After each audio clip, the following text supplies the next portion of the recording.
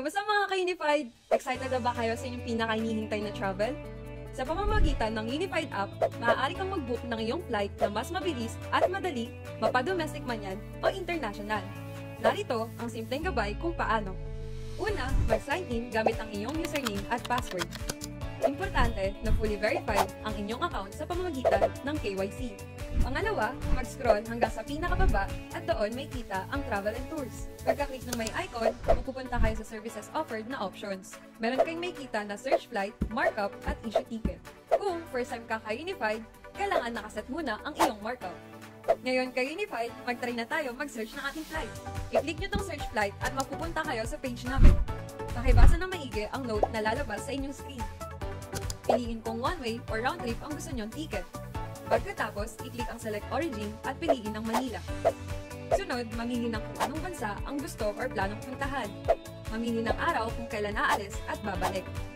Ilagay kung ilan ang magbabiyahe sa total of passengers. Pagkatapos, mag-scroll pababa hanggang sa makita ang Select an Airline. Mamili ng airline ang inyong gusto o pwede rin naman i-click ang option na Any. Kapag nakapili na ng airline, i-click ang Select Cabin Class at piliin ang Any. I-review ang detalye at kapag okay na, pwede nyo nang i-click ang Search Flight na tab sa pinaka-ibaba. Pumili ng gustong oras ng inyong flight. Pagkatapos, ilagay ang mga detalye. I-review ang mga nilagay na detalye at kapag tama ang lahat ng impormasyon, pindutin na ang Proceed button. Ilagay ang inyong detalye, first name, last name, at birthday. Kapag may bagahe naman, ilagay kung ilang kilo ang bagahe na kailangan nyo papunta at pabalik. Pagtapos na sagutan, i-click ang next na button para ma-review ang inyong detalye. Kapag okay na sa inyo, pinutin sa pinakababa ang proceed at input ang contact number, email address, pati ang iyong address.